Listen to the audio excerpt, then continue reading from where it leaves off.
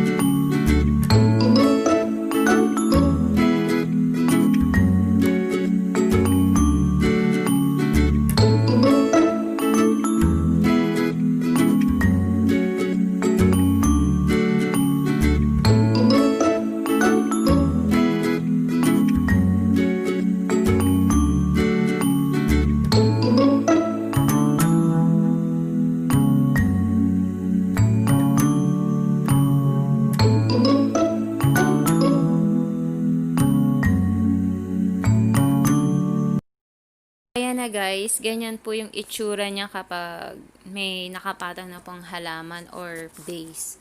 So sa nakikita nyo po, ang pwede lang po talaga dyang ilagay is yung cactus lang or succulent. Kasi pang maliitan lang po yung anong yan, plant stand.